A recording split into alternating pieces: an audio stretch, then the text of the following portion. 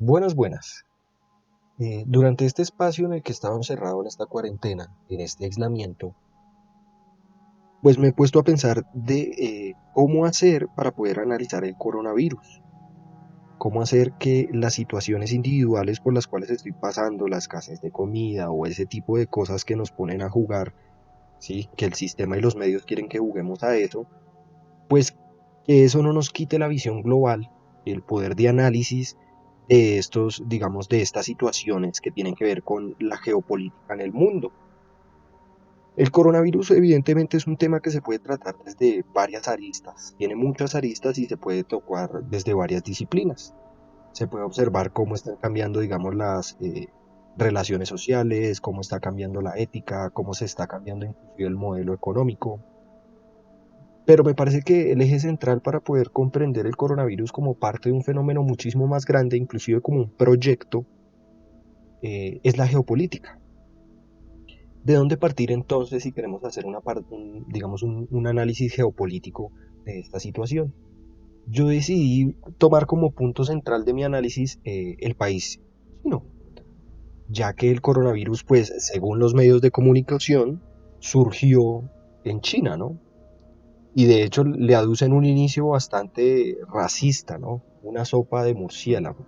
Asocian el virus a una tradición o digamos a un hábito cultural que no es bien visto por los occidentales, como comer ese tipo de animales exóticos, cosa que se hace normalmente en China.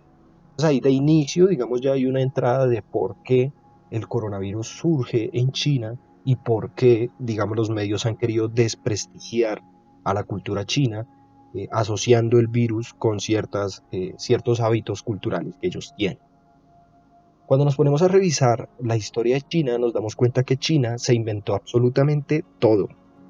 No es exagerado decir que China hizo, yo creo, el 80% de los avances tecnológicos que ahora están moviendo el mundo, inclusive no solo avances tecnológicos e industriales, sino también avances filosóficos, políticos, de ordenamiento. Lo único que hizo Occidente durante la historia fue redescubrir, al igual como redescubrió los inventos y los avances de otras culturas, tomarlos para ellos y universalizar su historia encubriendo esas otras culturas que había redescubierto. Cuando observamos a China, pues es difícil, digamos, comprender el espíritu mismo de esta gente y de esta cultura, porque al haber sido nosotros creados como occidentales, hay muchísimas cosas que de pronto no podemos comprender. ¿Sí? Es como, diría uno en términos taoístas, ver la historia de China es como acercarse a a un abismo. Y ese abismo es tan grande que ni siquiera el observador puede ver la profundidad en sí misma del pensamiento chino. El pensamiento chino, la cultura china, arqueológicamente se tienen excavaciones de 1700 a.C., pero sus relatos hablan de épocas muchísimo más antiguas. De hecho, hay relatos que narran cómo fueron las glaciaciones. Y si una cultura, digamos, fue testigo de ese proceso de glaciaciones, que es de más de 12.000 años antes de Cristo, eso ya nos habla de qué tan antigua es la cultura, ¿no? ¿Qué es la dificultad que tiene Occidente para entender todos los avances en China y poder comprender esta cultura? Básicamente que la lógica occidental, o sea, Occidente está parado en la lógica aristotélica. La lógica aristotélica se basa en el principio de la identidad. Ese principio de la identidad dice algo así como que las cosas no pueden ser y no ser de la misma manera al mismo tiempo, ¿sí? O se es una cosa o se es la otra. A esto también lo podríamos denominar como el principio de la no contradicción. Esa es la base de todo lo occidental, porque todo lo occidental se basa en Aristóteles, ¿no? La gramática, la política, la lógica, la ética, casi que todas las áreas del conocimiento tienen como base este principio de no contradicción de la lógica aristotélica. Entonces, Occidente está parado en esa lógica de el principio de identidad, el principio de no contradicción. De hecho, todas nuestras acciones, inclusive muchas acciones que hacemos en la cotidianidad, están inconscientemente basadas en esa lógica aristotélica, ¿sí? El hecho de cómo inferimos, cómo deducimos, cómo utilizamos el lenguaje, casi que toda nuestra cultura está transversalizada en Occidente por la lógica aristotélica. ¿Cuál es la lógica que se maneja en China? Algo totalmente contrario. Desde los tiempos antiguos en China se sigue a un pensamiento que podríamos denominar taoísta, pero no solo los taoístas tienen ese pensamiento acerca del Tao. En el Tao, en la ideología del Tao, ¿sí? Es digamos, un movimiento filosófico creado por Lao Tse, un libro que se llama el Tao Te Ching o Tao Te Ching. Básicamente nos dice que las cosas son y no son de la misma manera al mismo tiempo. Es decir, el ser y el no ser se complementan y una cosa tiene en sí totalmente su contrario dentro de sí misma. Entonces, por ejemplo, hay palabras de Lao Tse como la importancia que tiene el vacío.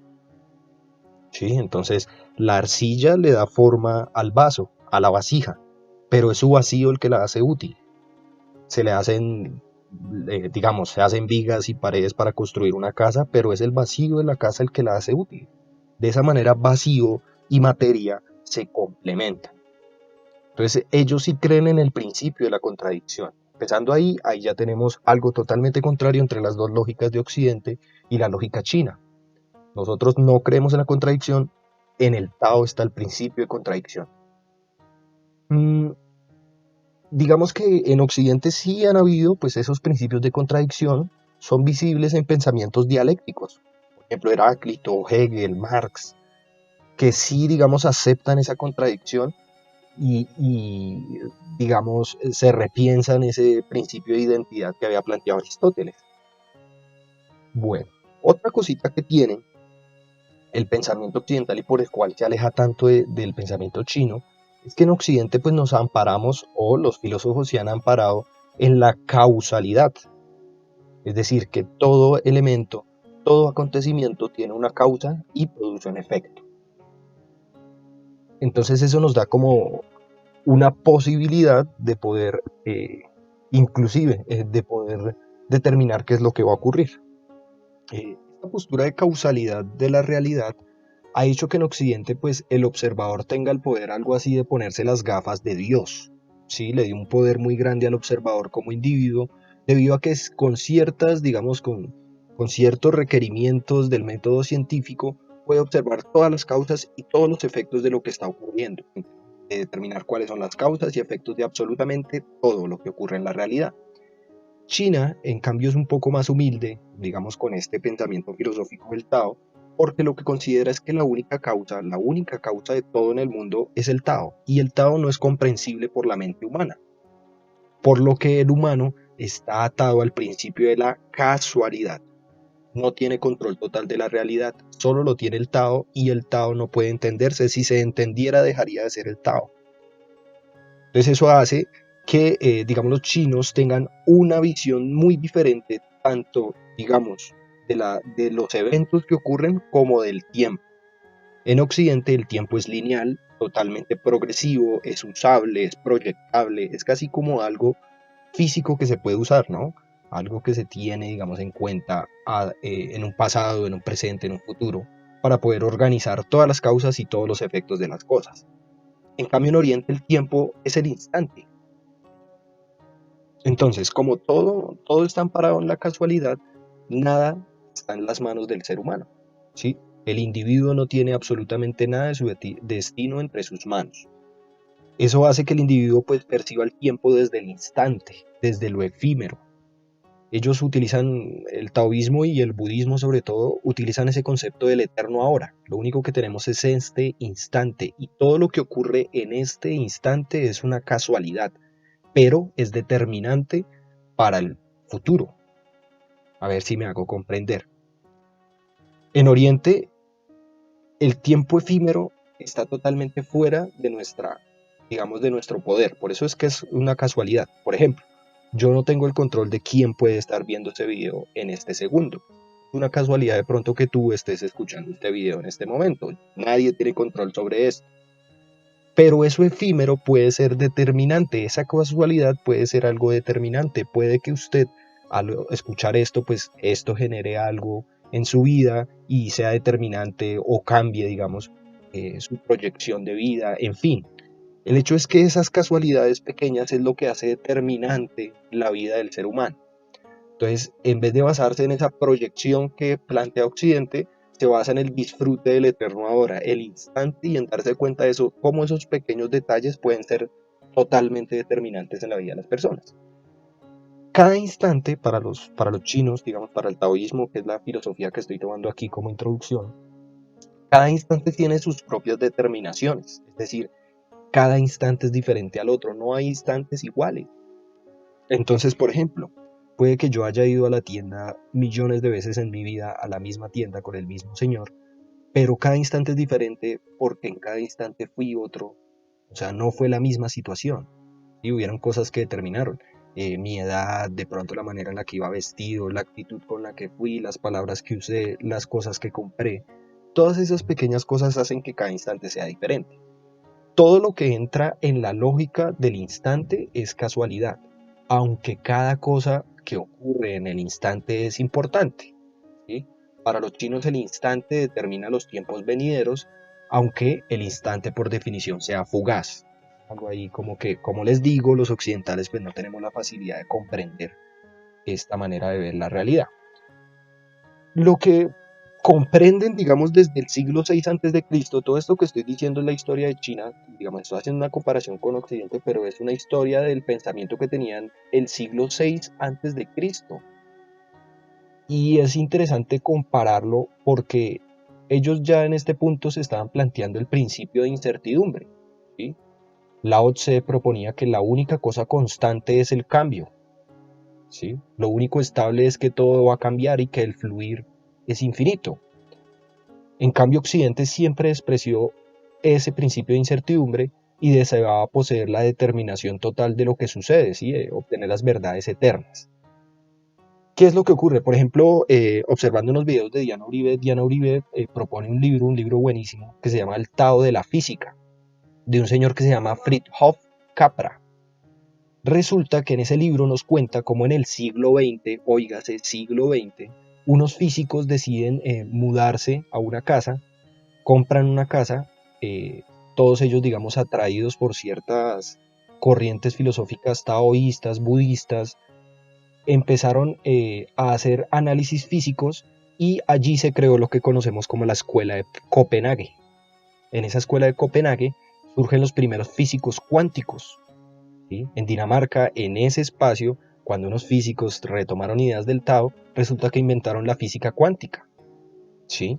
Y toda esa física cuántica no es más que una tecnificación occidental de ideas de hace miles de años, del siglo VI antes de Cristo, de budistas tibetanos y de taoístas. También desde allí vienen todos los estudios que son de las partículas subatómicas. Entonces resulta que durante el siglo XX, Occidente, en la búsqueda de la total certeza, se encontró con el principio de incertidumbre. Sí, el principio de incertidumbre lo plantea, si no estoy mal, Heisenberg, y dice algo así, yo no sé pues mucho de física, pero dice algo así que cuando uno tiene una partícula se presenta el principio de incertidumbre porque uno o sabe dónde está pero no sabe a la velocidad que se mueve, o sabe a qué velocidad se mueve pero no puede saber en dónde está, por lo que nos deja en una incertidumbre. Estas nuevas teorías durante el siglo XX empiezan a derrocar toda esa ciencia que pretendía tener la total certeza. Ojo, pero es que esto pasó en Occidente en el siglo XX. Los chinos ya lo sabían desde el siglo VI antes de Cristo. También otra cosa que, digamos, en ese análisis físico del taoísmo, es que en el Tao se asegura que todo es energía. En cambio, en Occidente, por muchísimo tiempo se consideró que la materia era el centro, el eje de la visión para comprender la realidad, hasta que surgió una partícula, el quark, ¿sí? Los quarks, en donde se dieron cuenta que esa partícula influía, digamos, en el átomo, pero no tenía masa. Esto quiere decir que la física en el siglo XX descubrió, la física occidental, que la materia es solo una posibilidad de la energía, como lo decía el taoísmo. Entonces, todo este tipo de cosas que les estoy comentando a mí me crea muchísima curiosidad de cómo una cultura tan antigua como la China puede ser reducida ahora en los medios de comunicación como locos que comen perros, que comen murciélagos y que matan delfines. Entonces ahí hay como un encubrimiento de una cultura que es bastante rica, que es bastante, digamos, que Occidente le debe muchísimas cosas. Bueno, pero no solo esos avances se dieron durante el siglo VI antes de Cristo. Resulta que después vinieron muchísimos más avances como, pues, para nadie es un secreto toda la historia de la ruta de la seda, cómo desarrollaron el papel, la pólvora. El mayor desarrollo y esplendor de la cultura china se dio durante lo que Occidente llama la Edad Media. La Edad Media que es totalmente una mentira. La Edad Media solo ocurrió en tres países, tres, cuatro países, ¿sí? Francia, Alemania, Inglaterra, oigan, Italia tal vez. Solo cuatro o tres países en el mundo fueron los que vivieron esa Edad Media, ¿sí? Resulta que durante esa Edad Media, que en Occidente empieza con la caída del Imperio Romano, Occidente, pues, digamos que Europa más bien, ingresa en una era de atraso histórico y a lo único que se dedican es a afinar sus habilidades bélicas durante casi 10 siglos. Para lo único que servían era para emborracharse, ver religión y salir a guerras, hacer cruzadas, todo ese tipo de cosas que vemos en la Edad Media. Pero eso solo ocurría en Europa. Las grandes civilizaciones en el mundo, en cambio, estaban floreciendo durante esa llamada Edad Media, que ellos lo llaman la Edad Oscura, y los únicos que estaban en la oscuridad eran ellos, los europeos. Durante esa Edad Media están los imperios más fuertes y poderosos del mundo, los que mejor florecieron en la historia. Por ejemplo, ya estaban los incas, los mayas, los aztecas aquí en Latinoamérica. También estaba la avanzada civilización, avanzadísima civilización islámica del califato que estaba en Bagdad, ¿sí? También en la India estaban en un emperador que se llamó Gupta, y ese emperador hizo de India un esplendor gigantesco, tanto así que lograron dominar Pakistán, Bangladesh, Camboya, Indonesia, Tailandia. Eso fue también un surgimiento muy grande. Y en China estaban en una dinastía que se llama la dinastía Tang. Durante esta dinastía, China se convirtió en el centro económico y comercial del mundo, ¿sí? De hecho, los europeos, si nosotros recordamos la historia de Europa, los europeos antes que venir a Latinoamérica lo que estaban buscando era una ruta para llegar a China. Era porque durante gran parte de la Edad Media China era el centro económico y comercial del mundo. Así de poderosa era la dinastía Tang.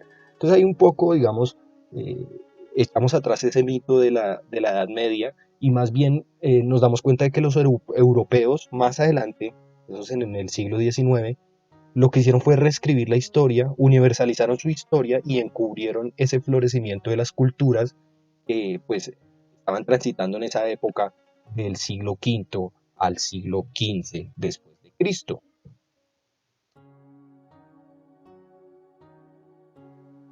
Bueno, acá llegamos a un momento fundamental y es la pregunta de por qué China, digamos, era el centro geopolítico de comercio del mundo durante esa mal llamada Edad Media, pues por qué no se expandió su cultura, porque posteriormente pues Europa fue la que dominó el mundo.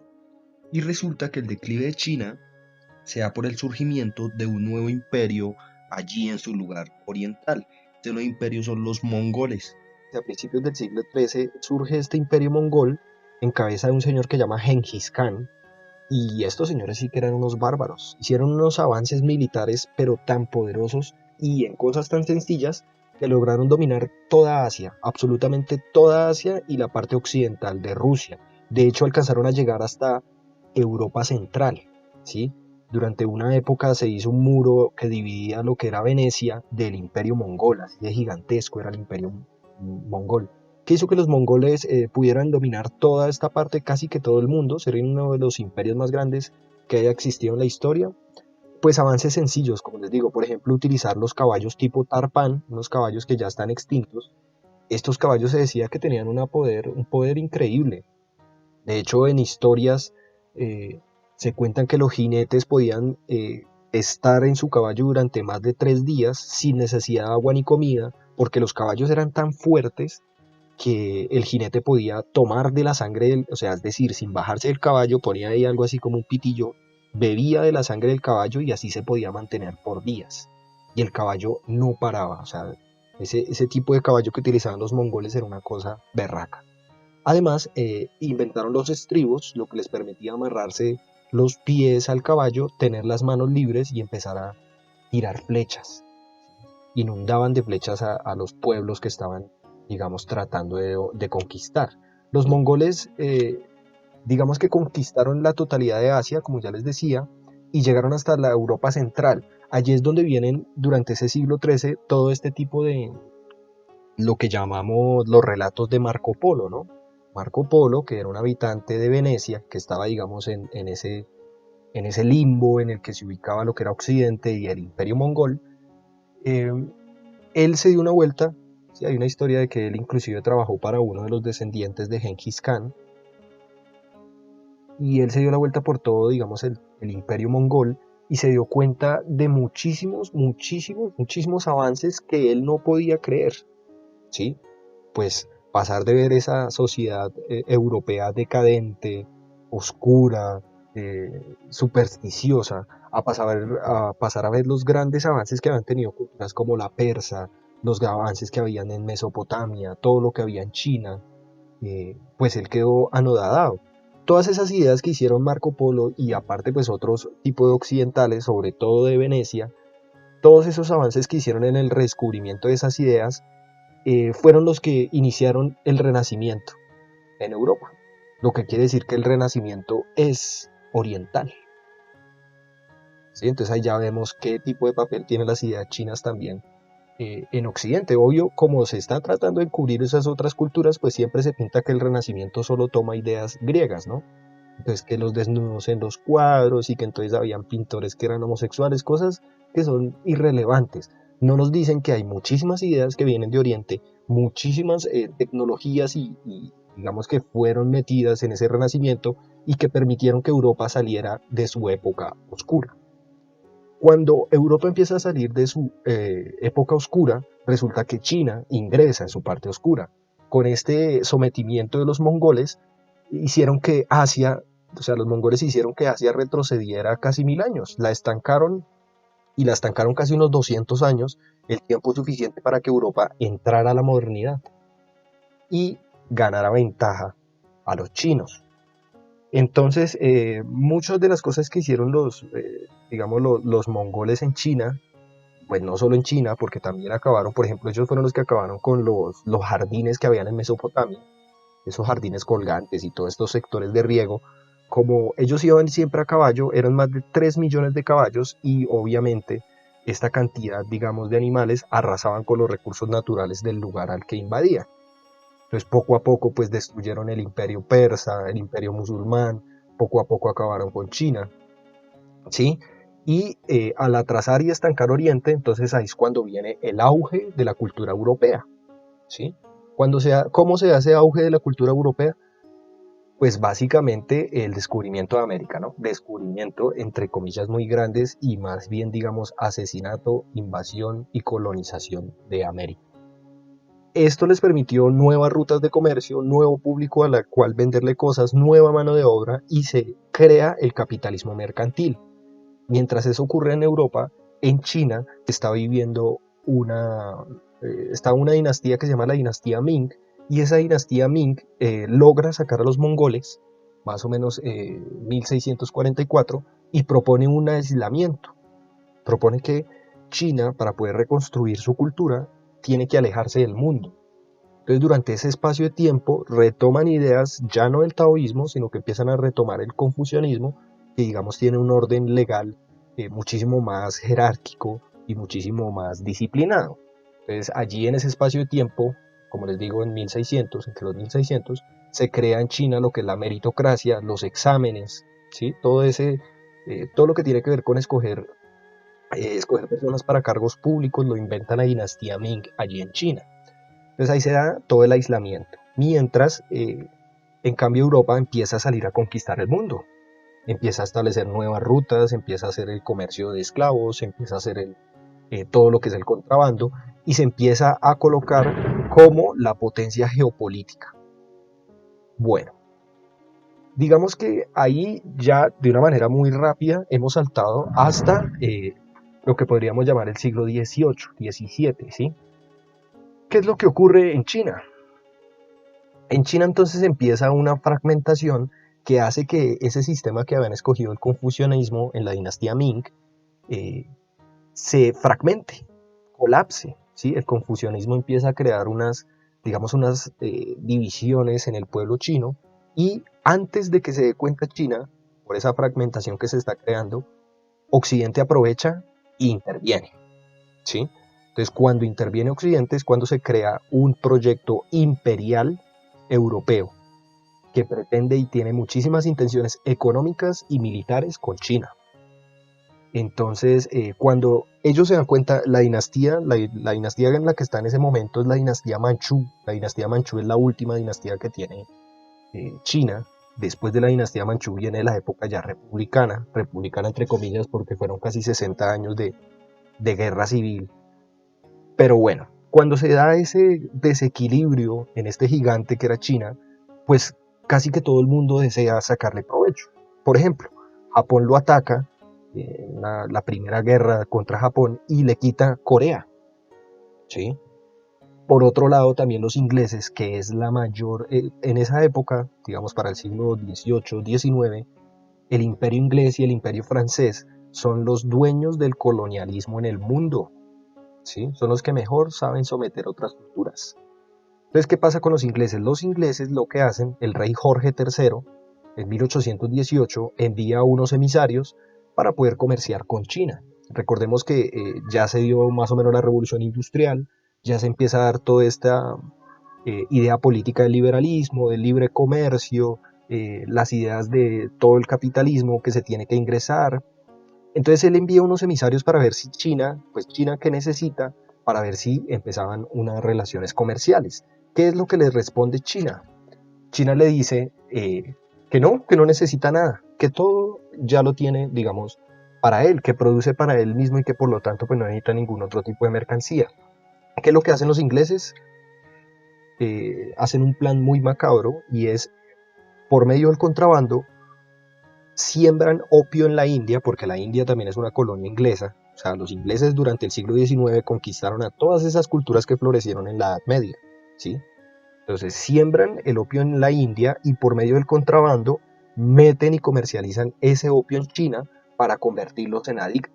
Y una vez adictos van a aprovechar esa necesidad, eso que causa la abstinencia del opio, que es digamos, es un proceso fuerte, ese síndrome de abstinencia, utilizan eso para poder comerciar más productos y obligarlos a una dependencia económica con el mundo occidental. ¿Cuál es la respuesta de los chinos? Pues los chinos prohíben el opio y automáticamente los ingleses declaran la guerra. A esto se le llaman las guerras del opio. ¿Sí? La primera guerra del opio empieza en 1839. Estas guerras trajeron, aquí es cuando realmente se tiraron China, en donde realmente Occidente hizo lo que quiso con China. Todo eso que les había dicho antes lo acabaron en unos cuantos años. Entonces, como era de esperarse, el avance de industrialización que tenían los ingleses y de de toda esa ingeniería bélica que poseían, lo que hicieron fue que pues China perdiera y al perder les obligaron a abrir los puertos, pues amparados en esa idea del libre comercio, ¿no? Entonces les obligaron a que empezaran a comerciar con Occidente y además les quitaron Hong Kong. Entonces tomaron Hong Kong como una base para poder supervisar que el comercio de opio y de otro tipo de mercancías se diera con normalidad en China. Lo que hicieron fue someter a China y la obligaron a entrar con muchísima desventaja en ese sistema mundial económico que se llamaba el capitalismo, ¿no? Ya ahí estamos en el capitalismo industrial. Bueno, durante esta época, que podemos llamar la época de la colonización de China por medio de Inglaterra, se dan varias rebeliones nacionalistas. Como hemos visto, pues China a través de su historia siempre ha querido ser independiente, siempre ha sido recatada y un poco aislada, digamos, de los extranjeros. Por ello, entonces empiezan muchísimas rebeliones nacionalistas de algunas sectas. Como allí no existían partidos políticos, el sistema imperial no permitía que hubieran partidos políticos, entonces lo que habían eran sectas o sociedades secretas. Esas sociedades secretas, hay muchas, por ejemplo, el Loto Blanco, los Juramentados, los Taiping, los Boxers, son sociedades secretas que algunas se amparan en la religión, pero otras no.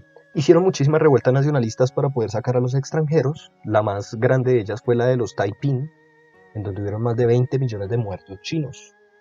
Cuando hubo esa rebelión de los Taiping, en contra, digamos, tanto el imperialismo internacional como en contra del imperio chino, eh, los países del mundo aprovecharon digamos, ese desequilibrio y lo invadieron. 14 países invadieron a China durante esta época, después de las guerras del opio. 14 países, entre ellas, obvio, Japón, Francia, Alemania, hasta Polonia, invadió China. Lo que hicieron fue básicamente destruir China, la fragmentaron, la volvieron una miseria, ¿sí? Gente muriendo de hambre, eh, totalmente algo desolador. La oscuridad total se vivió en China durante esta época. Bueno, en medio de todo este cuento, resulta que en 1911, ya como para ir avanzando, 1911, muchas de estas rebeliones nacionalistas hicieron que se derrocara el gobierno imperial, que se convirtiera en una república. Entonces resulta que esa república, pues los que ayudaron a poner esa república tenían ideas occidentales y tenían ideas de traer la modernidad a China. Por lo tanto, estaban aliados, aunque derrocaron el gobierno imperial de China, estaban aliados con los extranjeros. Entonces, básicamente esta parte lo que hace es que el mundo pues se globaliza y ya nunca más China se pudo aislar del mundo, ¿sí? Sus dirigentes ahora estaban totalmente sometidos a lo que dijera Occidente. Entonces, este siglo XX creo que es la etapa más fuerte que ha sufrido China, el siglo XX, porque los primeros 40 años fueron de máxima oscuridad. No solo, pues digamos, no bastó con derrocar al gobierno imperial chino, sino que una gran parte de la sociedad no estaba de acuerdo con, pues digamos, empezar a organizar la república con ideas occidentales. Si los chinos pues tienen muchísimo conocimiento, si tienen muchísima capacidad, ¿por qué traer modelos importados para configurar la nación china? Entonces ahí es cuando se empieza a dar, digamos, otro tipo de movimientos que van a dar pie a la guerra civil en China, ¿no? Además que los europeos trataban a los chinos de una manera muy horrible, muy racista. Como les decía ahorita al inicio del video, lo que es que allá comen murciélagos. Pues antes era peor. Existía, por ejemplo, un pueblo en Pekín, había una zona en donde era solo de ingleses, es decir, una parte en China en la que no podían entrar chinos. Y los ingleses eran tan descarados que ponían avisos en ese lugar en donde decían no se permite el ingreso de perros ni de chinos. Entonces era bastante fuerte porque estaban dentro de su propia tierra y se les restringía, se les discriminaba, se les saqueaba, ¿sí? Entonces, básicamente, China en esos primeros 40 años del siglo XX estuvo bastante dominada, invadida, explotada, prostituida, despreciada, discriminada. Eh, ya en el año de 1926 empieza una guerra civil, como les decía, porque pues no todos estaban de acuerdo con aquellos que habían derrocado al gobierno imperial. Entonces esa república estaba totalmente aliado con Inglaterra y con otras grandes potencias europeas para poder ingresar, para poder, digamos, entrar en una zona de incidencia capitalista. Digamos que esa república tenía muchas ideas burguesas y el liberalismo que estaban imperantes en reinos como el de Inglaterra y el de Francia. Eh, Esto hace que se crean, digamos, ahora dos posturas políticas en China. Una de ellas eran los nacionalistas que estaban con la República, que digamos es el sector burgués, el que quería una industrialización, el que quería acabar con el sector campesino, y la otra que sería el Partido Comunista, que pues estaba, digamos, con algunas ideas marxistas, pero que se modificaron para el contexto chino. Estaban de acuerdo, era en generar una revolución que tuviera en el centro al campesinado. Entonces, esta guerra civil empieza desde los años 20 y casi que termina en el 49, digamos, de facto termina en el 49, pero siguen habiendo enfrentamientos entre los dos bandos hasta los años 60. Bueno, ese tema de la Revolución China daría para que siguiéramos hablando pues bastante porque es un proceso muy interesante, pero para resumir, digamos que se termina el conflicto, el bando comunista gana, se divide China en dos países, digamos, los comunistas exiliaron a todos los que hacían parte del movimiento nacionalista y lo metieron en Taiwán. Entonces ahí en Taiwán se convirtió en la China nacionalista y la China continental se convirtió en la China comunista o la República Popular de China. Taiwán o la República Nacionalista tuvo el total apoyo de los Estados Unidos y eh, la China comunista empezó a recibir, digamos, insinuaciones de ayuda de pues la Unión Soviética. Aquí es donde damos paso, digamos, a ese conflicto que consideramos como la Guerra Fría. Bueno, algo que es importante, digamos, de esta nueva manera de ver la sociedad china es que Marx, o sea, el fundador de las ideas socialistas, había pensado para este sistema para la Alemania, ¿sí? Y resulta que esas ideas de Marx, los chinos lograron trasladarla a un pueblo que ni es proletario ni tampoco tiene un avance industrializado, sino que es netamente una sociedad agrícola. Entonces, al no haber una cultura urbana, eh, digamos que los chinos lograron hacer algo muy diferente al socialismo que tenían los soviéticos. Ellos siempre tuvieron encuentros, digamos, ideológicos entre quién tenía la razón, cuál era el verdadero socialismo. Una de las cosas que tenían los chinos, digamos los chinos revolucionarios, los comunistas, era el carisma, porque ellos lo hacían a través del ejemplo, pues en un inicio, ¿no? Entonces, como no había cultura urbana, pues todos los que eran comunistas eran campesinos, lo que quería decir que trabajaban la tierra, y como trabajaban la tierra, pues le tenían un gran respeto a los campesinos en sí mismos. Eso hacía que el carisma fuera muchísimo, muy grande y que el pueblo apoyara pues estos movimientos revolucionarios. Cuando termina la Segunda Guerra Mundial, las Naciones Unidas, que son recién creadas en el año 48, plantearon una reorganización del mundo y se inventan eso del Consejo de Seguridad. En ese Consejo de Seguridad existen 15 puestos que son movibles y 5 que son fijos. Esos 5 puestos se los otorgaron a Francia, Estados Unidos, la Unión Soviética, Inglaterra y a la China nacionalista, es decir, a la China chiquitica, la que está en Taiwán. Eso ya daba mucho, quería decir mucho de con quién estaba Occidente. Esto fue así hasta el año 71. En el 71 ya Nixon permite que se acabe esa China nacionalista, que se llame Taiwán, y que quien se siente en las Naciones Unidas pues sea la China comunista. Bueno, digamos que esa China comunista trata de retomar elementos ancestrales de la cultura para mejorar su productividad, economía, pero sobre todo lo que logra esta revolución comunista es una unidad cultural. Sí, esa unidad cultural, digamos que ahí vuelve otro escaño de tiempo en el que China de nuevo decide aislarse del mundo para empezar a, digamos, crear su propia realidad. Durante ese tiempo se crea, como ya habíamos dicho, la Guerra Fría y se crea la bipolaridad.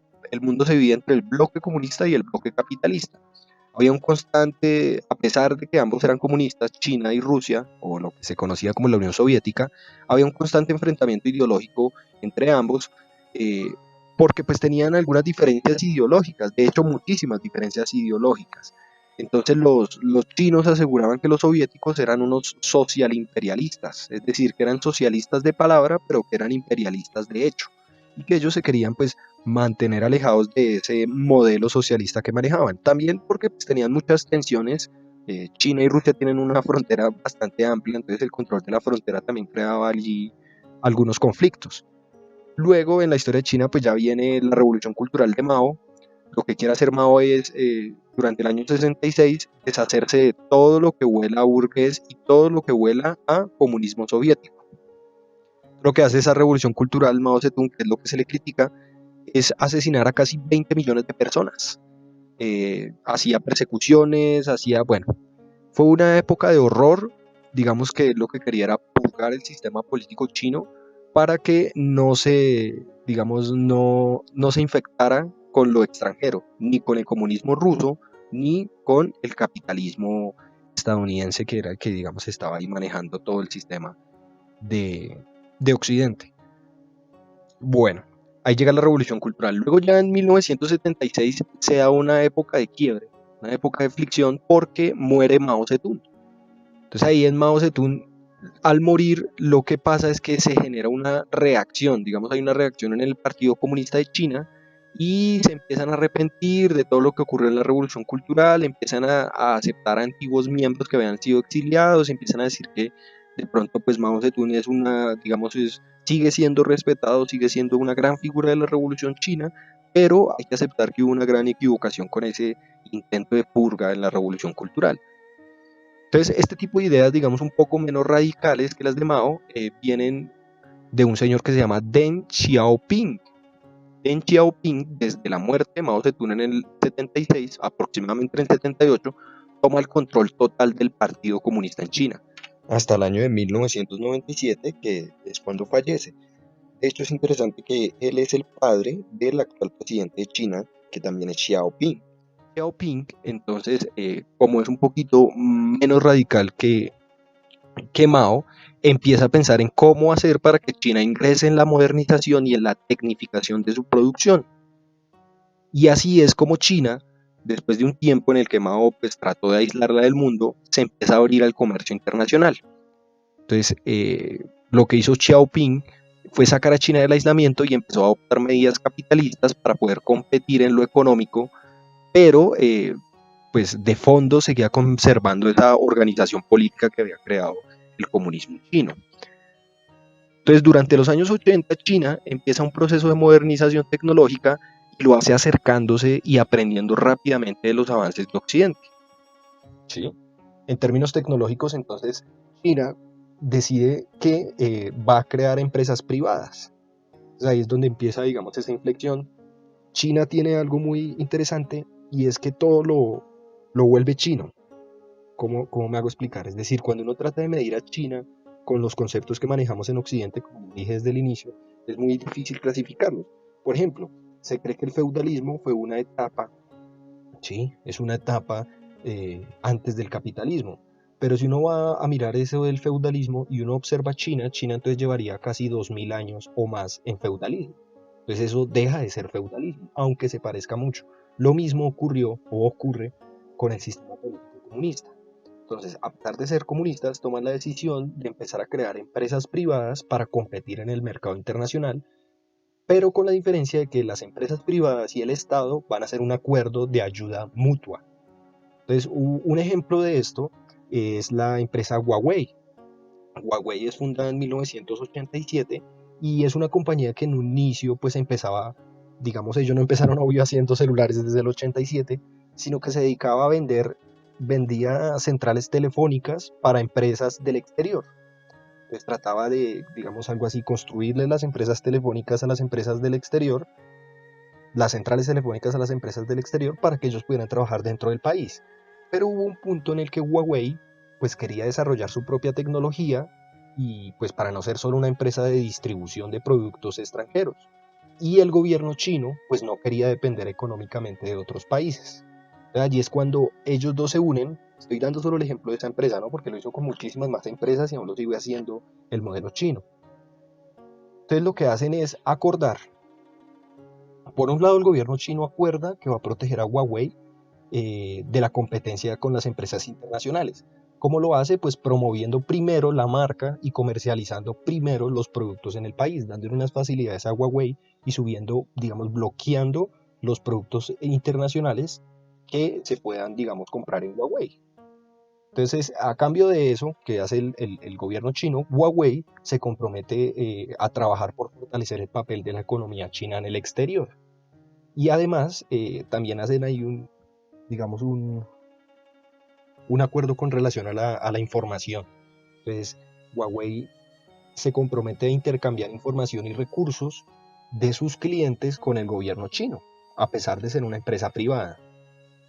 Entonces, esa estrategia china, a partir de finales de los 80, inicios de los 90, empezó a ser así, crear empresas privadas para que compitan en el exterior, pero que tengan ese acuerdo de ayuda mutua con China. Esa estrategia fue todo un éxito a finales de los 90, en donde China se puso a exportar productos básicos de una manera masiva. Digamos que inundaron el comercio internacional con productos básicos y de precios muy bajos. ¿Sí? Pues la intención de China era crear muchísimas empresas privadas que inundaran el mercado internacional de mercancía china y pues eso nosotros nos podemos dar cuenta de ello, ¿no? Muchísimos de los productos que tenemos en nuestras casas dicen hechos en China, ¿no? Casi que todo chino. Otra estrategia que tenían, como todo su economía se basaba en exportar esos productos básicos, una estrategia era devaluar su moneda. Entonces, ¿cómo hacían? Exportaban muchísima cantidad de productos, devaluaban la moneda, es decir, imprimían muchísimos más billetes para que cada billete valiera menos, y al devaluar la moneda, pues hacían que sus mercancías quedaran mucho más baratas que las otras de la competencia y que todos los países pues prefirieran comprar las mercancías chinas. Entonces tenían, digamos, esas dos estrategias. Hacer solo mercancía barata, básica y hacerlo masivo. Y aparte, manejar ese, esa devaluación de su propia moneda para venderlo cada vez más barato. Entonces ya a finales del siglo XX se crea ese estigma de que todo lo que viene de China es de mala calidad, que a pesar de que es muy barato, pues viene de mala calidad y que son cosas muy básicas. Pero para ello, China, al final del siglo XX, se ideó un plan para el siglo XXI. Ese plan se llama el Plan Made in China 2025. Este plan, lo que, digamos, los dos valores que tiene es que China promete aumentar el consumo interno para no devaluar al exportar. Es decir, que todo lo que se consuma en China sea producido por China, sea made in China, para que de esa manera no dependan tanto de exportar, digamos, productos y no estar devaluando su moneda constantemente, para que la economía china, digamos, coja mucha más fuerza y no haya que estar devaluando el billete. Y el otro punto es exportar, pero ya no van a exportar, digamos, con una baja calidad, sino siendo un líder tecnológico.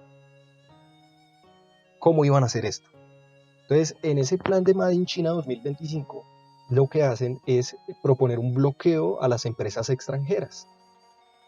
¿Para qué bloquear a las empresas extranjeras? Pues básicamente para que él sea el único que se venda a sí mismo, ¿sí? Produce para sí mismo.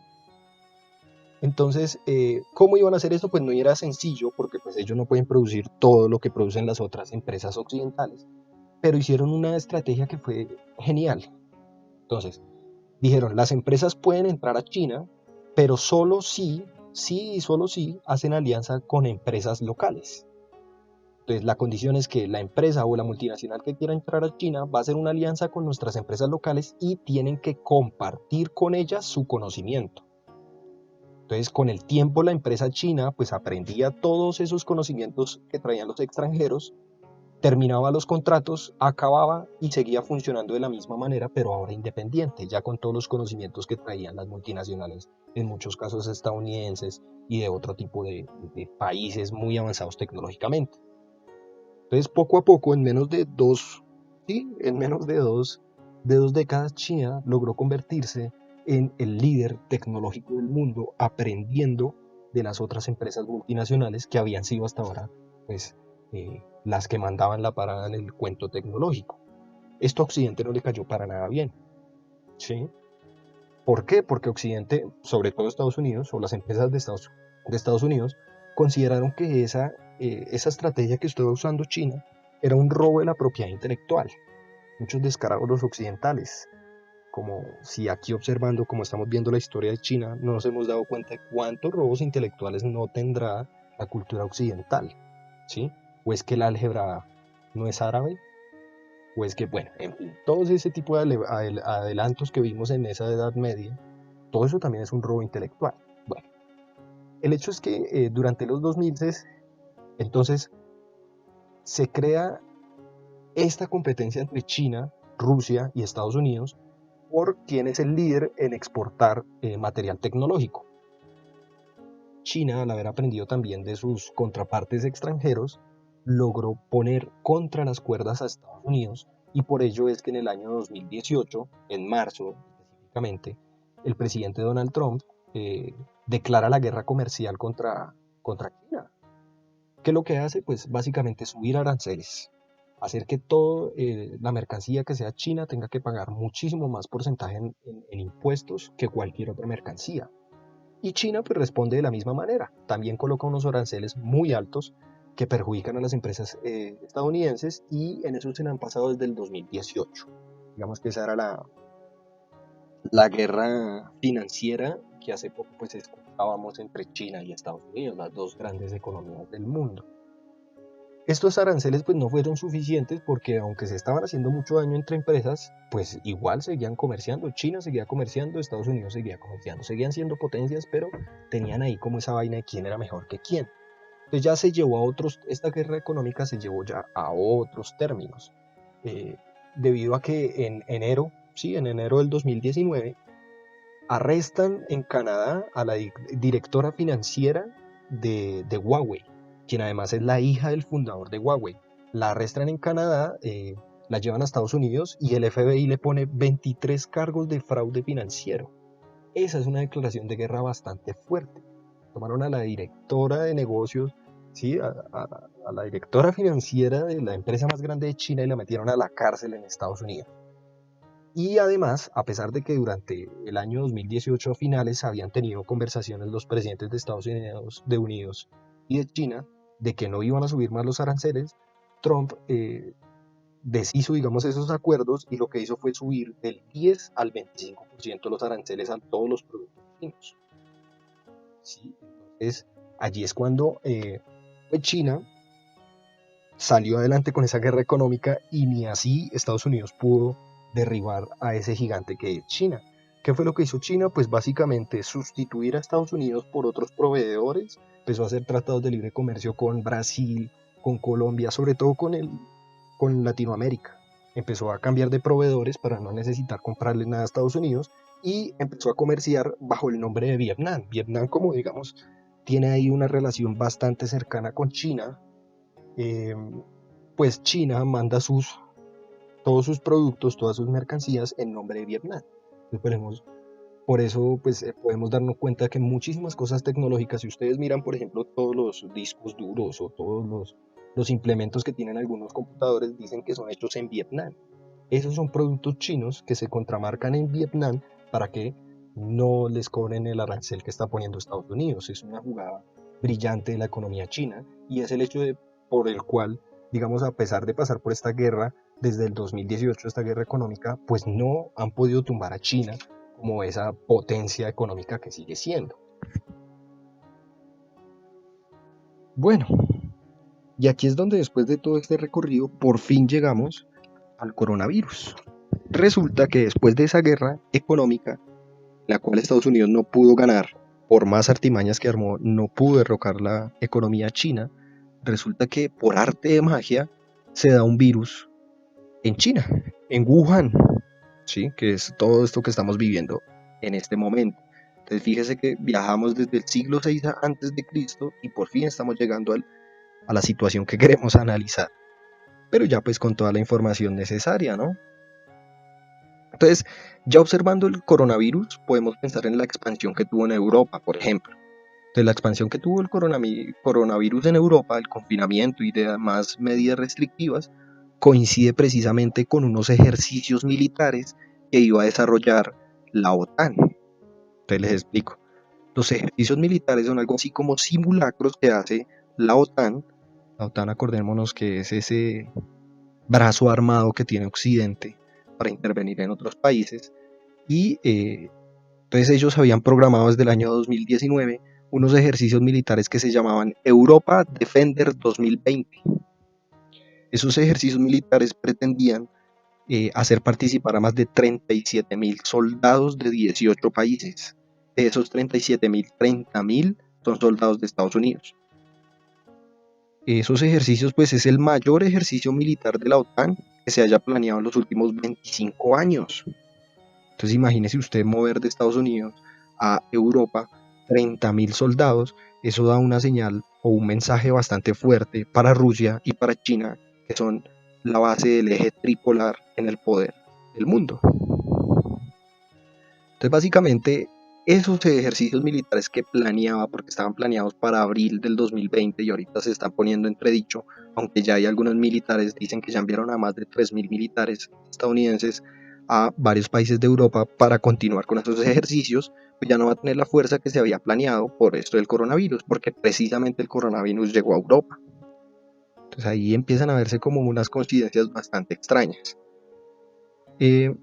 Ese mensaje que trataba de hacer Estados Unidos, moviendo a la OTAN, pues no es más que tratando de mostrar su fuerza, pero es una fuerza de un imperio que ya digamos está decadente, porque está usando medidas demasiado desesperadas para poder equilibrar de nuevo las fuerzas y los terrores o el miedo en la política mundial. Entonces, esas medidas desesperadas, yo no estoy queriendo decir que todavía no estoy queriendo decir que el virus sea esa estrategia, pero es que la única salida que tiene la economía estadounidense, economía, digamos, de Wall Street, la única opción que les queda es que haya un reseteo en la economía mundial. Es decir, necesitan que se resetee el sistema financiero, que todo vuelva a empezar de ceros para volver a coger ventaja. Entonces, para poder resetear el sistema financiero a su favor, pues es que eso es muy difícil. ¿Cómo se hace? Pues ¿cómo más se hace? Por medio de una terapia de choque que sea global. Entonces, poder resetear el sistema financiero global, eso solo es posible a través de un cataclismo planetario, sí, que caiga alguna huevonada, algo que le pase a todo el mundo, un cataclismo, una inundación, un terremoto muy fuerte, una guerra mundial o una pandemia. ¿De qué otra manera usted puede paralizar y hacerle una terapia de choque al mundo? Entonces, recordemos que ya habían como unas insinuaciones de Estados Unidos de querer implementar una guerra mundial, ¿no? Entonces, durante el año 2019, todo el cuento que con Irán, toda la incitación que hicieron con Corea del Norte, pero en últimas nada de eso estalló.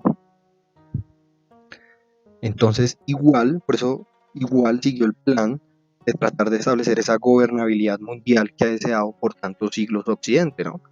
Entonces, esa gobernabilidad mundial lo han hecho cuando establecieron el Fondo Monetario Internacional, cuando crearon la ONU, y ahora, aunque muchos no lo crean, el gobierno mundial está siendo dirigido por la Organización Mundial de la Salud. O sea, es un plan tan perfecto que en vez de poner a hablar a un economista o a un político, están poniendo a hablar a los médicos, porque los médicos tienen muchísima más legitimidad ante los ojos del pueblo.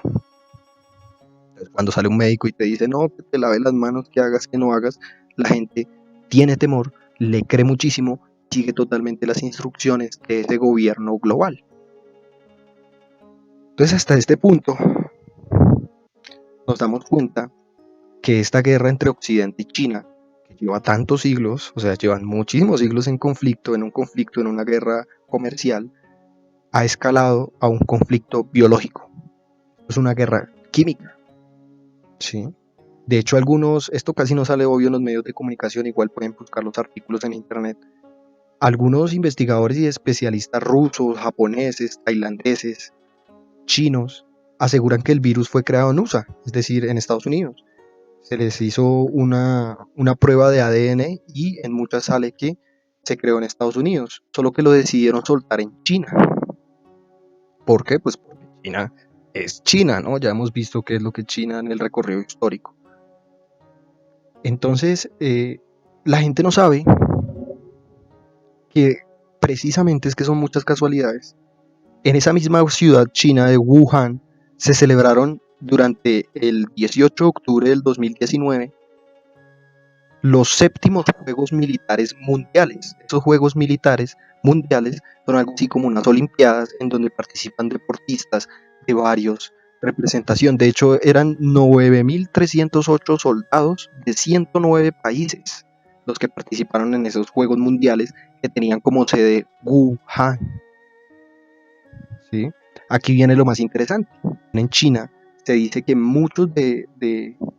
o sea, que hubieron más de 27 deportistas hospitalizados norteamericanos por una extraña neumonía durante esos Juegos Militares Mundiales.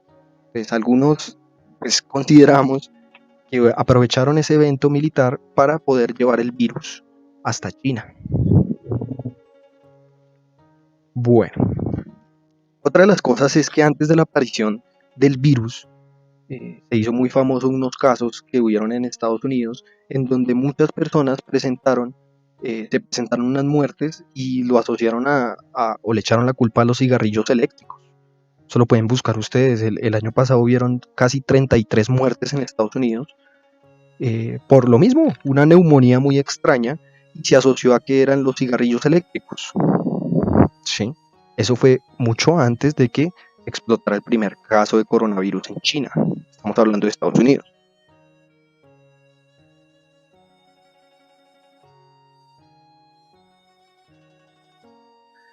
En octubre del 2019, el Centro para la Seguridad de la Salud y sus socios, eso también es importante, los socios de ese centro es la Fundación Bill Gates, realizaron algo que se llama el evento 201.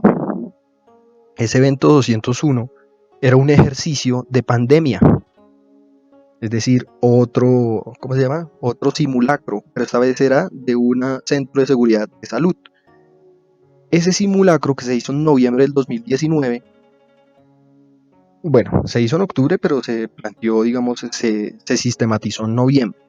En la Universidad de Johns Hopkins, ese evento pues era un simulacro tal cual, así eso lo pueden buscar en internet, era un simulacro que se hizo teniendo en cuenta que apareciera un coronavirus nuevo. Entonces ellos dicen, hicimos un simulacro con un coronavirus nuevo simulado, pero que no sabían nada, no tenían absolutamente, es una coincidencia, una casualidad, como si en el mundo occidental pudiera existir una casualidad.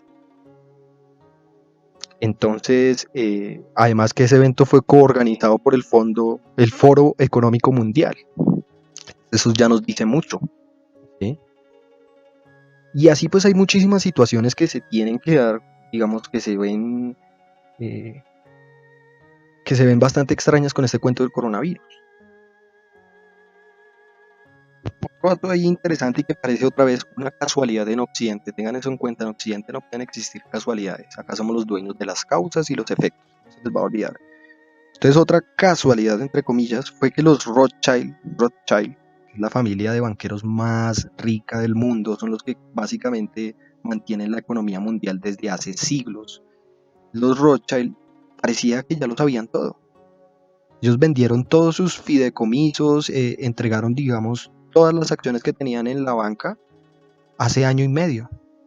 Durante el 2018 ellos abandonaron el sistema bancario, guardaron todo su dinero. Sí, entonces ahí es como que ya sabían que esto iba a ocurrir, como que todo esto está planeado, ¿no? Pues ¿cuál es la intención de todo esto? Para, digamos, en términos globales, como no hemos visto geopolíticamente, pues volver a tener el control de China, occidentalizar China, como siempre ha querido Occidente en la historia de la humanidad, occidentalizar China. Que es que China es un mercado muy amplio, son miles de millones de personas que pueden estar comprando cosas. Y pues lo que se está viendo es que a quien están afectando más que a China estás afectando a la clase obrera de todo el mundo, ¿no?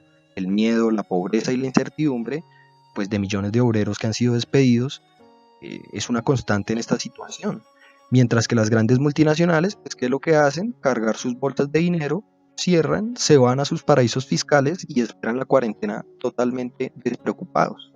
Algunos, si son buenos especuladores, van a empezar a comprar muy barato todo tipo de acciones y cuando termine todo eso serán multimillonarios. ¿Sí? A los que realmente está afectando esta guerra geopolítica entre dos grandes bloques económicos es a la clase media y a la clase trabajadora, a la clase baja. ¿Sí? Esa clase media que se creía pues que estaba en el avance, ahora está siendo retrocedida y está siendo aplacada. Van a acabar con las pequeñas empresas y van a hacer que la desigualdad crezca exponencialmente. Pasamos de un año 2019 en donde pues, muchísimos países habían salido a las calles para pues, que se les garantizara ciertos derechos. En muchos países se habían logrado avances en términos sociales y debido pues, a esta pesadilla del coronavirus, el mundo en cuarentena pues, ha logrado lo que ningún totalitarismo logró en toda la historia de la humanidad, que es pues tenernos a todos aquí confinados, metidos en nuestros habitáculos, en nuestras habitaciones, cual animales en cueva, animales miedosos, temerosos. Y lo más importante pues es que este fenómeno ha logrado separarnos indefinidamente de nuestras familias extensas. Nos ha separado de nuestros amores, nuestras amistades, ha dividido nuestros colectivos, está individualizando nuestras comunidades y en general nos está imponiendo una restricción para tener encuentros con otros cuerpos. Entonces esto pues va a tener un análisis, como les decía al inicio, esto puede modificar gradualmente la sociabilidad que tienen los seres humanos en el mundo. Entonces, pues eso sería, digamos, tema para otro video, de a ver cuáles son los efectos que tienen en la clase obrera esta guerra, estos movimientos geopolíticos de los grandes bloques económicos, pero ahora verlo desde el individuo. Eso sería un análisis ya no viendo la historia de los, digamos, de los grandes proyectos geopolíticos, sino viendo la reacción que tienen los individuos, digamos, una parte más introspectiva de lo que está sucediendo con la cuarentena.